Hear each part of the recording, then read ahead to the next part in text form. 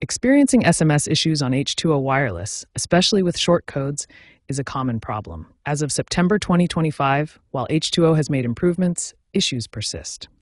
Short codes are 5 to 6-digit numbers used for automated services like two-factor authentication and marketing alerts.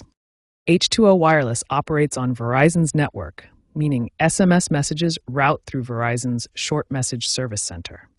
Problems can arise from misconfigured routing rules, carrier-level filtering to combat spam, or temporary network outages during upgrades. Blocks can occur at multiple levels.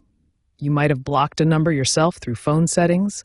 H2O might be blocking it due to suspected spam, as per FCC rules, or it could be a network-wide issue. Start by ruling out simple causes. Check your phone's blocked numbers list and ensure you haven't accidentally blocked the sender.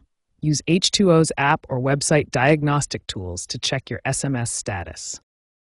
First, verify your APN settings. Incorrect APN settings can disrupt SMS routing. You can find the correct APN settings for H2O Wireless on their website or by contacting customer support. Next, try resetting your network preferences in your phone's settings. This clears out any potentially corrupted network configurations. If the issue involves a specific short code, contact H2O Wireless support and request them to whitelist the number.